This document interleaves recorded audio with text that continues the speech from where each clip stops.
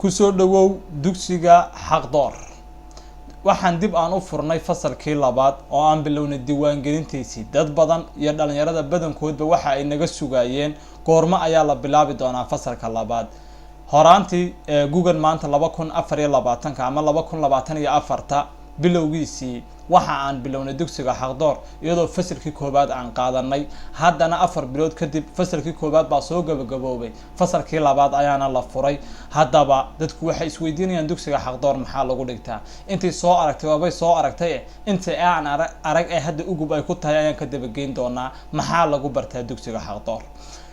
waxa lagu bartaa saddex maado oo kala ah maadada sooyaalka ama taariikhda ummadda Soomaaliyeed ayaa lagu barayaa iyadoo lagu bari doono boqortooyooyinkaagii xadaaradahaadii ilbaxnimadii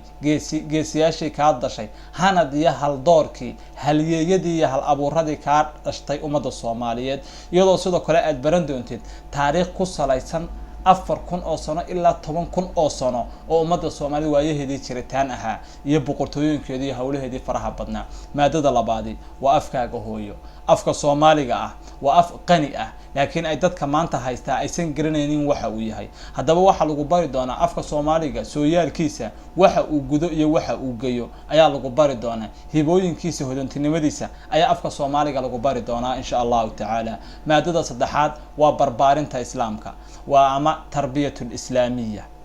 waxaad baran doontaa diintaada islaamka ah waliba qaab qoto dheer leh ayaad u baran doontaa dugsigani haddaba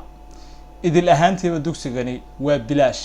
oo wax alaaliya wax dhaqaale ah cid ka rabtaa ma jirto kaliyaata